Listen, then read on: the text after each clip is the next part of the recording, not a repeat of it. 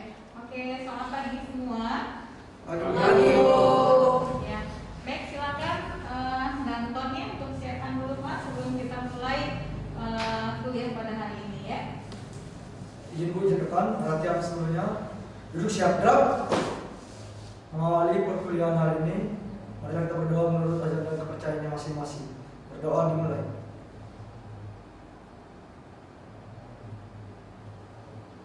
Selesai. Istirahat di tempat, gerak. Selamat pagi. Ya, oke, baik, selamat pagi. Semuanya sangat bersemangat, sudah dalam keadaan yang siap untuk masuk kelas pada pagi hari ini ya. Ya, Bu. Ya, oke. Mengingat kita ini sudah masuk ke pertemuan yang keempat ya. Ya, Bu. Nah, tapi sebelumnya ini yang sekarang kita akan bahas tentang komunikasi verbal dan nonverbal ya. Sebelum kita masuk ke pembahasan komunikasi verbal dan nonverbal ya, kita coba review dulu deh pertemuan yang sebelumnya ya, supaya nanti bisa nyambung dengan materi kita pada minggu ini. Oke, silahkan siapa yang bisa sebutkan apa sih itu komunikasi? Proses penyampaian pesan. Proses Penyampaian pesan dari komunikator ke komunikan. proses penyampaian pesan dari komunikator ya atau pembicaranya kepada komunikan yang menerima pesan ya. Oke, ada lagi yang lain? Selain menyampaikan pesan, komunikasi itu apa sih sebenarnya?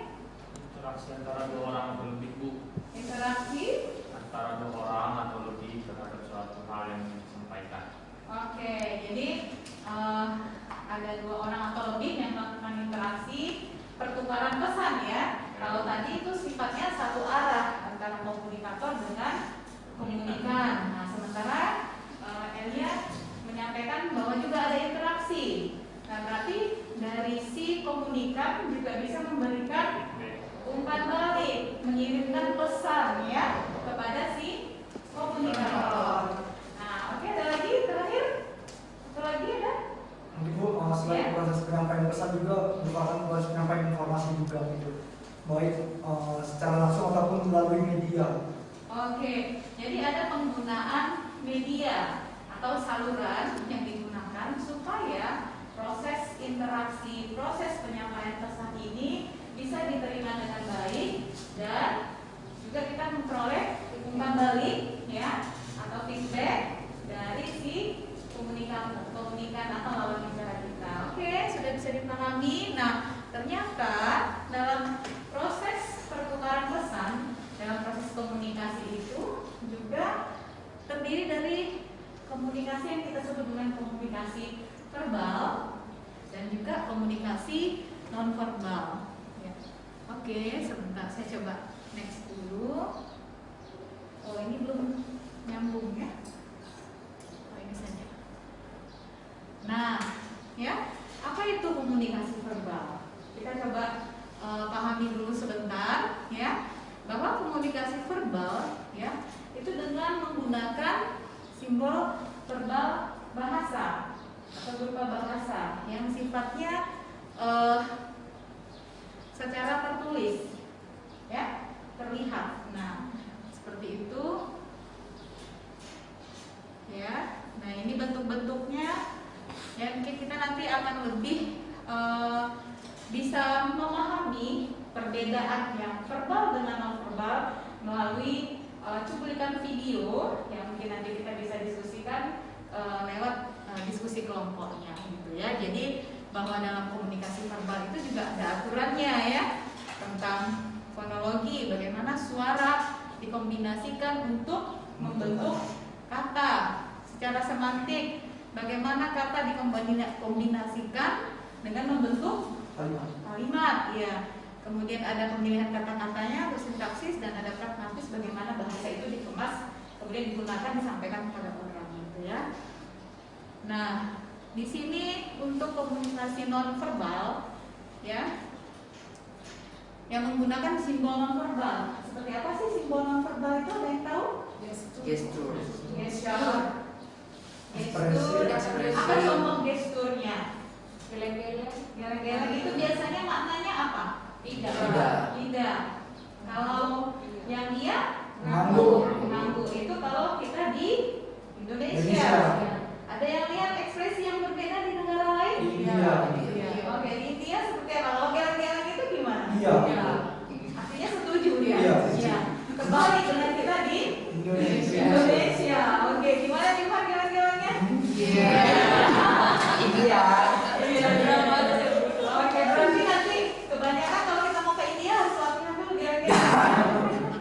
Karena budayanya. iya betul seperti itu. Nah, jadi seringkali memang penggunaan nonverbal ini terkadang itu perlu dipahami dulu untuk konteks wilayah, karena tidak semua wilayah atau daerah itu punya kesepakatan memaknai gestur yang sama. Belum lagi itu baru soal yang tidak. Cara men-stop mobil, kalau kita di Indonesia gimana?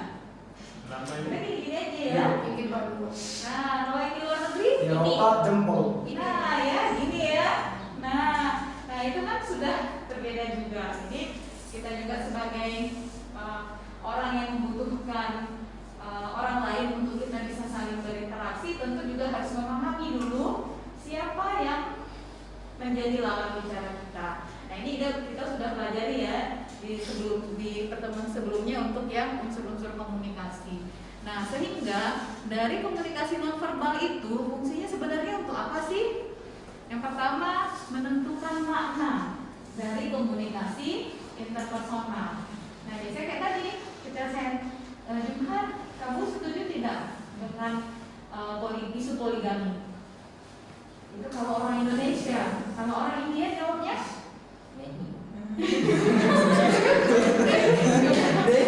Ya, kalau dengan nonverbal. Kalau tidak,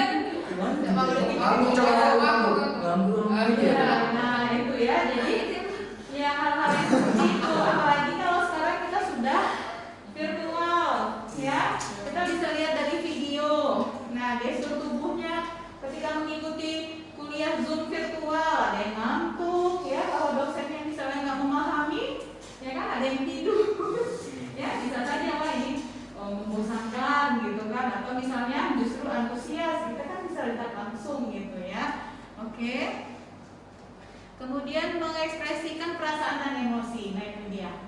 Kita senang, tapi kalau kita pakai masker, kira-kira gimana caranya kita menangkap makna dari nonverbal orang lain? bisa kelihatan dari alis. Dari matanya.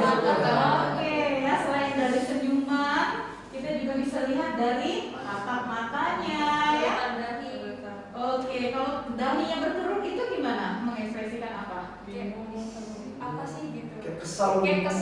Kayak Ya, bingung. yang jelas bukan bukan ekspresi yang positif gitu ya. Ya. Oke, nah itu maksudnya. Kemudian mengefisiensikan pesan verbal yang tertulis ya, yang misalnya kalau hanya kita lewat SMS, tapi pasti beda ya kita dengan telepon langsung, apalagi dengan video call. Pasti pesan yang kita sampaikan itu akan lebih mudah untuk diterima dan kita juga bisa dapat langsung menerima umpan balik dari lawan bicara. Kemudian sarana sugesti yang efektif. Nah ini tadi karena kita bisa melihat langsung maknanya, kita bisa mengambil langkah aksi berikutnya. Apakah kita misalnya, waduh udah siang bu, udah lapar gitu kan? Mungkin juga kita paksakan kelasnya gitu kan. Nah kira-kira gimana? Ayo kita relax dulu. Kalau yang ngantuk gitu ya, kalau yang butuh ke kamar mandi bisa, itu kesepakatan. Yang penting bagaimana proses kita menyampaikan informasi kepada orang banyak itu bisa berjalan dengan efektif. Begitu juga penyuluh dengan petani. Jangan dimulai dulu pertemuannya itu sementara petaninya masih kasak kusuk nih, ya kan, masih kasak kusuk dalam artian belum siap ya readiness-nya atau kesiapannya untuk mengikuti pertemuan yang menerima informasi dari si penyuluh. Nah itu yang perlu memang kita perhatikan. Oke, seperti yang saya sampaikan tadi, sebaiknya karena kita juga bicara soal komunikasi ini tentu sudah prosesnya dari kecil sampai dewasa ya. Nah, jadi bagaimana supaya adik-adik semua bisa mendalami langsung, oh ini loh yang verbal, ini loh non verbal gitu ya. Kita ada tugas kelompok. Nah silakan untuk membagi dalam bentuk 2 kelompok saja, karena di sini juga ada 2 laptop ya. Silakan masing-masing kelompok terdiri dari 3 orang ya. Dalam hitungan menit dari sekarang silakan berpindah menjadi 2 kelompok kecil. Ya, boleh silakan. Boleh tetap jaga jarak ya. Boleh berhadapan, yang penting tetap mematuhi protokol kesehatan ya. Silakan.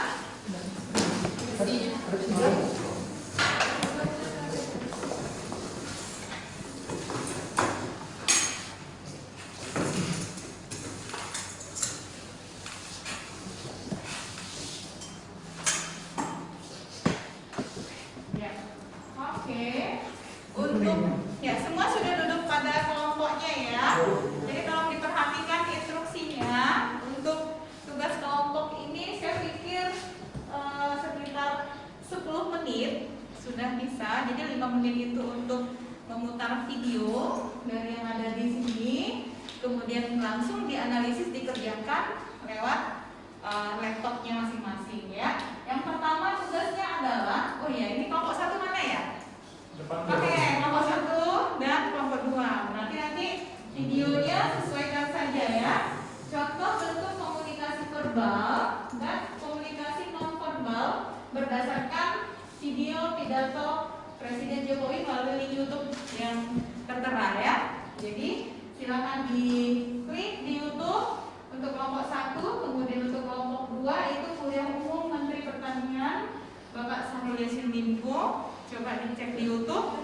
Tapi pas bagian sesi beliau pidato saja supaya tidak panjang waktunya ya. Nah silakan nanti ketika videonya itu diputar fokus itu langsung di screenshot saja, langsung dibuat ke PowerPoint. Ini contoh verbal, ini contoh non verbal, seperti itu ya. Oke. Nah ini dia, di screenshot saja, kemudian buat analisis penjelasannya ya dari contoh yang sudah kita temukan dari video tersebut ya. Ini ternyata non verbal ini untuk menjelaskan yang ini gitu ya, informasi tentang ini. Oke, belum ya, sambil menyimak dulu untuk instruksi berikutnya. Nah, kemudian setelah kita buat penjelasan, coba dikelompokkan kira-kira apa ya kelebihan dari komunikasi verbal dan komunikasi non verbal dari contoh video yang sudah ada ya konteksnya. Kemudian apa kelemahannya? Nah, ya seperti itu. Terakhir, ya tugas yang terakhir itu apa saja kegunaan ya. Namanya kita juga belajar supaya memang ini bisa digunakan nanti dalam kehidupan nyata ketika adik-adik terjun menjadi penyuluh harian ya. Nah, apa saja kegunaan mempelajari komunikasi verbal dan non verbal ya dalam dunia penyuluhan pertanian. Misalnya seperti yang saya sudah sampaikan, penyuluh kepada petani ya. Kira-kira apa sih pentingnya kita memahami non verbalnya seperti itu ya. Oke, ada pertanyaan sebelum dikerjakan? Cukup bisa dipahami? Ya, silakan dikerjakan dalam kelompoknya masing-masing. Jadi modelingnya pastinya. Ya.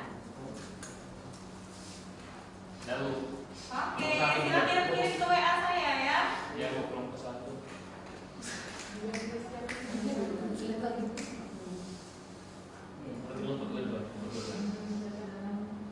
Iya, siapa duluan kirim? Kelompok 2.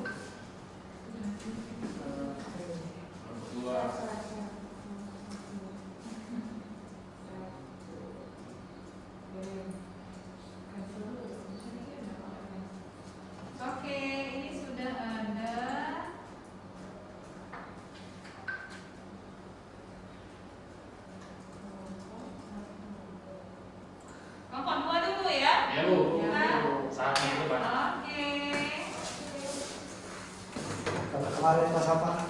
Dan konfirmasi. Oke. Ya. Silakan siapa yang oke. Aha. Silakan Sat.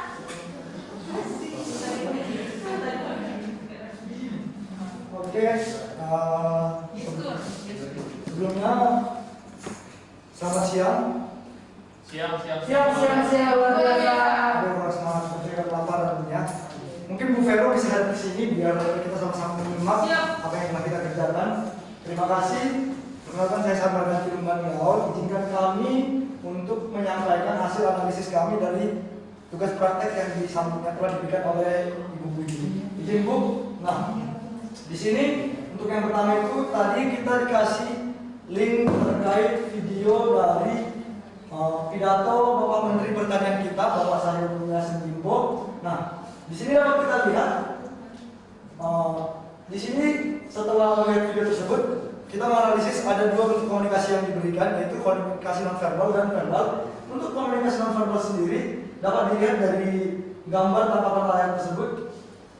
Bapak itu menunjuk ke arah kepalanya gitu. Nah, kami menganalisis bahwasannya untuk komunikasi verbalnya itu dia ingin menyampaikan berpikir. Jadi cara berpikir ataupun berpikir. Untuk yang selanjutnya, Bu. Oke. Yang selanjutnya ini dapat dilihat untuk komunikasi nonverbalnya, gesturnya menunjuk ke lantai. Gestur yang diberikan menunjuk ke lantai. Nah, di situ kami analisis bahwasanya beliau ingin menyatakan di sini. Di sini tempat ini gitu. Dan memang statementnya pada saat ditutup video itu ada kata di sini diucapkan. Ada Bu. Ya. Dari statementnya ada. Oke. Next Bu. Om Swastiastu. Nah, untuk selanjutnya terkait analisis kelebihan dan kekurangan dari komunikasi nonverbal maupun verbal. Nah, untuk komunikasi nonverbal sendiri, kelebihannya itu adalah lebih ekspresif dan emosionalnya itu lebih dapat dirasakan. Artinya, salah satu kelebihan dari komunikasi nonverbal, dia dapat menjelaskan sesuatu yang tidak bisa kita jelaskan secara lisan maupun tulisan. Jadi lebih dapat ke rasanya gitu Bu. Merasakan, feel. Sedangkan untuk kekurangannya itu maknanya itu sendiri dapat bias. Nah, seperti contohnya tadi yang disampaikan oleh Ibu, perbedaan antara negara kita dan negara India. Untuk komunikasi nonverbal antara makna kata iya itu bias. Kalau di sini tuh, kalau iya itu mengangguk biasanya. Kalau di sana iya itu menggeleng. Nah itu kan jadi tergantung budaya ataupun wilayah di mana kita berada seperti itu.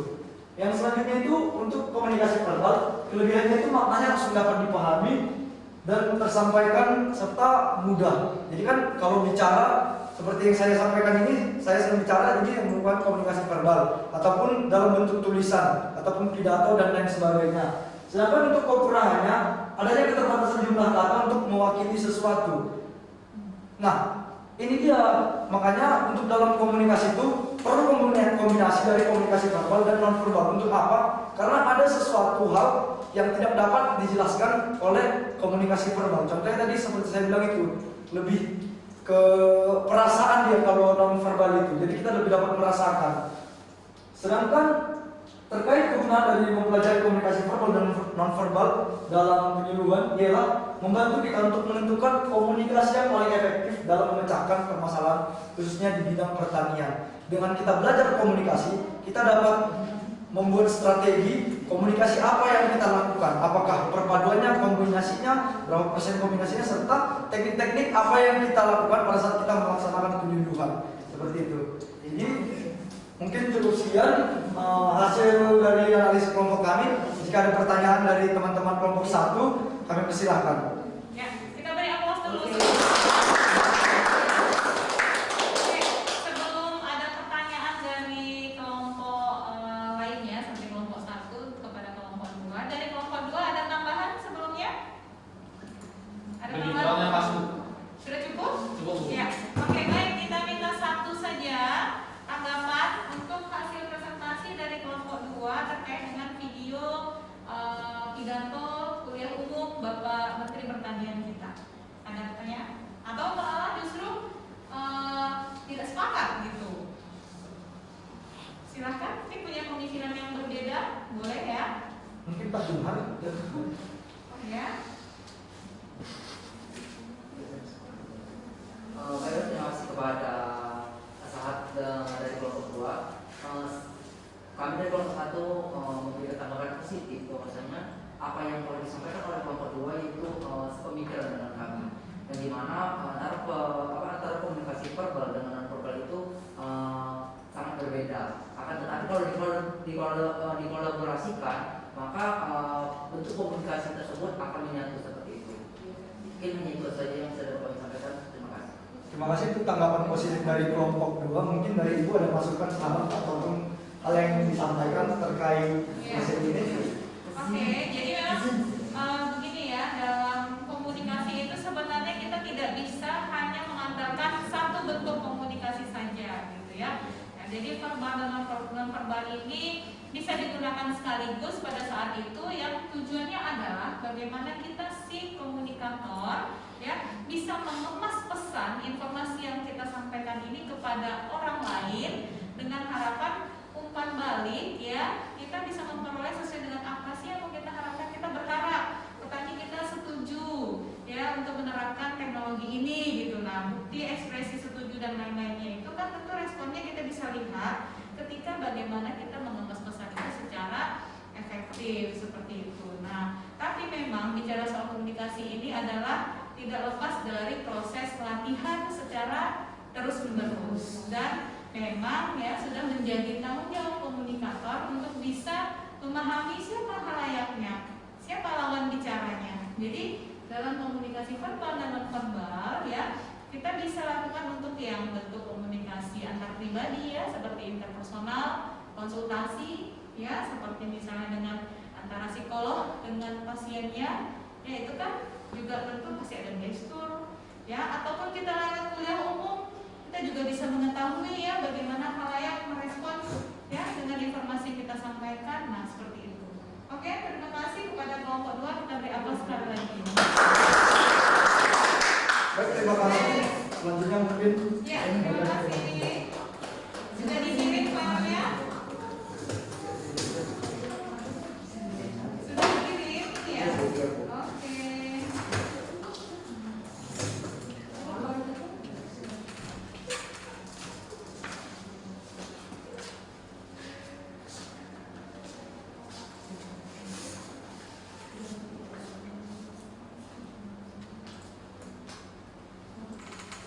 Ya. Baiklah, pada kesempatan kali ini saya akan mencoba menjelaskan bagaimana bentuk komunikasi verbal dan non verbal dari cuplikan yang telah kita lihat bersama. Jadi di sini ada pidato dari Presiden kita, Bapak Jokowi. Jadi di sini kami akan mengidentifikasikan mana yang termasuk ke dalam komunikasi verbal dan mana yang masuk ke dalam kategori non verbal. Nah, dari hasil yang kami temukan yang pertama yaitu ada komunikasi verbal dan non verbal. Nah, verbalnya ini Presiden Jokowi mengucapkan salam dan non verbalnya dengan menggunakan gerakan seperti ini. Nah, gerakan seperti ini menunjukkan atau mendeskripsikan ungkapan saling menghormati karena halayak atau sasaran yang disampaikan oleh Presiden Jokowi itu memiliki keragaman budaya. Jadi bukan hanya budaya dari daerah sini, namun beragam. Oleh karena itu, gerakan tangan seperti ini menunjukkan saling menghormati atau menghargai. Untuk verbalnya mengucapkan salam. Lanjut ke yang kedua yang kami temukan, yaitu komunikasi verbalnya. Bapak Jokowi mengingatkan kita untuk selalu optimis. Jadi kata-kata yang dia ungkapkan adalah optimis kepada halayak sasarannya. Dan non verbal di sini menunjukkan tangan yang digenggam sambil jarinya seperti ini ke atas. Nah, komunikasi non verbal ini gerakan memasukkan jari dan mendeskripsikan ketegasan bahwa apa yang dia sampaikan itu penting dan harus kita lakukan. Seperti itu. Lanjut. Nah, di sini kita mengidentifikasikan kelebihan dan kelemahan dari komunikasi verbal dan non verbal. Nah, untuk komunikasi verbal yang pertama yaitu mudah dipahami karena kita bisa mendengar langsung apa yang disampaikan oleh komunikator. Lalu yang kedua mengurangi kesalahpahaman dan yang ketiga yaitu dapat digunakan untuk sifatnya formal, seperti yang telah kita lihat tadi cuplikannya di YouTube itu kan bersifat formal. Nah, komunikasi verbal ini bisa digunakan untuk hal yang umum ataupun ramai seperti itu. Nah, kekurangannya ini adalah ketika kita menyampaikan sebuah informasi melalui verbal, terkadang kita kekurangan kosakata dalam penyampaiannya. Lalu juga kita harus memperhatikan intonasi, tekanan suara, dan lain-lain. Jadi kejelasan yang kita sampaikan itu dari segi komunikatornya harus menguasai supaya komunikasi kita tidak salah pengertian. Lalu untuk non-verbal, nah yang pertama yaitu kelebihannya lebih ekspresif. Jadi menunjukkan bagaimana ekspresi atau apa yang kita rasakan sebenarnya. Karena ekspresi itu tidak bisa dibohongi seperti itu. Jadi menggambarkan perasaan yang ada pada diri kita. Lalu yang kedua yaitu makna yang disampaikan tidak rancu dan kita lebih percaya seperti itu. Nah, untuk kekurangannya dari segi komunikasinya butuh keahlian lebih untuk mendeskripsikan apa sih maksud daripada ekspresi seseorang. Jadi kita butuh waktu untuk melihat oh ternyata dia marah, oh ternyata dia senang seperti itu. Nah, apa kegunaannya ketika kita menjadi seorang penulis? Mengidentifikasi komunikasi verbal dengan verbal ini sangat penting karena untuk meningkatkan efisiensi dan efektivitas dalam penyampaian informasi. Jadi ketika kita menggunakan komunikasi verbal dan non-verbal, kita kombinasikan dengan baik, maka sasaran penyuluhan kita itu akan mudah mengerti. Jadi tidak terjadi kesalahpahaman maksud ataupun pada saat disampaikan kepada komunitas mereka tidak salah mengartikan ini maksud penyuluh ini apa, karena kita ketahui latar budaya, pendidikan, geografis wilayah itu berbeda-beda. Jadi seorang penyuluh harus bisa mengidentifikasi komunikasi verbal dan non-verbal untuk suatu wilayah ini bagusnya seperti apa. Jadi tujuan penyuluhan kita dapat tercapai dan juga misalkan kita mengharapkan petani itu bisa mengadopsi dan mereka juga akan mengadopsi hal tersebut dan tertarik, terutama tertarik dengan apa yang kita sampaikan. Mungkin itu saja. Terima kasih. Ya, oke, kita beri hasil diskusi kelompoknya. Dari kelompok 2 ada tanggapan? Pas? Cukup? Oke, ada tanggapan? Ya, oke. Ya, ini menarik ya, bahwa memang sebenarnya kadang-kadang kita itu ketika memberikan materi penyuluhan gitu ya dalam pertemuan dengan petani itu seperti ini,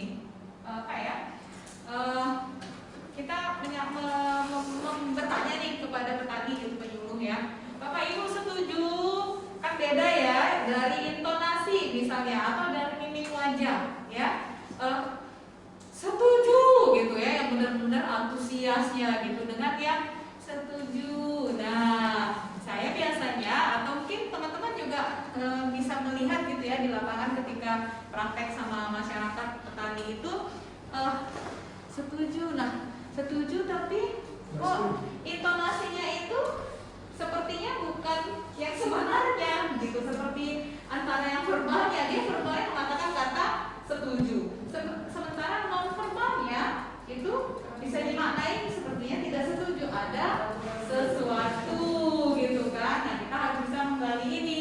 Ya, ini di sini bersemangat, ini di belakang tidak bersemangat. Why gitu ya, ada apa? Nah, inilah kalau memang bisa pada saat itu dituntaskan ya. Kalau memang tidak, mungkin kita bisa membangunnya dengan komunikasi interpersonal ya. Kenapa Bapak tadi setujunya kok pelan kali? Iya Bu, saya sebenarnya setuju, tapi saya tidak bisa menerapkannya. Kenapa? Karena lahan saya itu terlalu luas. Kalau terlalu luas membutuhkan biaya dan tenaga kerja yang cukup besar untuk menerapkan teknologinya. Nah, berarti kita perlu menggali lagi. Mungkin dia belum paham dengan materi yang kita sampaikan. Penggunaan teknologi modern dalam pertanian, misalnya mekanisasi, justru akan menekan biaya produksi. Nah, berarti perlu ada komunikasi lanjutan. Nah, hal-hal yang seperti ini yang harus dibangun ya sebagai seorang komunikator untuk melihat poin-poin sensitif, ekspresi-ekspresi yang sifatnya non verbal dari lawan bicara kita. Oke, sudah bisa dipahami? Saya harap ya, karena di sini ada gerakan mata, pandangan dari atas ke bawah ya ketika kita berpapasan ya, berkomunikasi langsung. Nanti kalau Dalam kejenuhan itu juga kita harus setidaknya menguasai juga tentang psikologi dari kegiatan komunikasi yang kita lakukan, ke depan matanya, arah matanya, gitu ya, tatap matanya gitu. Nah, kalau sekarang kita pakai masker nggak bisa kelihatan gimana ekspresi bibirnya, gitu kan ya, memang mengatakan alis mata atau mata gitu ya, untuk menyatakan setuju atau tidak setuju. Nah, karena memang berbagai perilaku itu pasti akan ada ya, yang diucapkan atau yang tidak diucapkan. Oke. Nah, saya pikir ini udah bisa mengupas ya tentang makna komunikasi verbal dan komunikasi nonverbal, dan harapannya juga bisa diimplementasikan dalam kehidupan sehari-hari, dalam proses perkuliahan kita ya, ataupun dengan petani di lapangan. Oke, saya pikir ada pertanyaan sebelum kita tutup? Cukup Bu. Cukup? Ya, kalau misalnya nanti ada sesuatu ya, kira-kira masih bingung, wah Bu, saya begini-begini, boleh kita diskusikan selain dari kuliah kelas ini atau pada saat pertemuan kita selanjutnya. Seperti itu, kita beri aplaus untuk semua. Kita tutup kuliah kita. Bila ada hal yang kurang tepat, nanti bisa disingkirkan saja gitu ya, maksudnya kita ambil yang positifnya dari proses belajar kita ini. Nah, silakan untuk Danton menutup kelas kita pada hari ini. Izin Bu, izin rekan, perhatian sebelumnya duduk siap gerak untuk mengakhiri perkuliahan. Mari kita berdoa menurut ajaran dan kepercayaan masing-masing. Berdoa dimulai.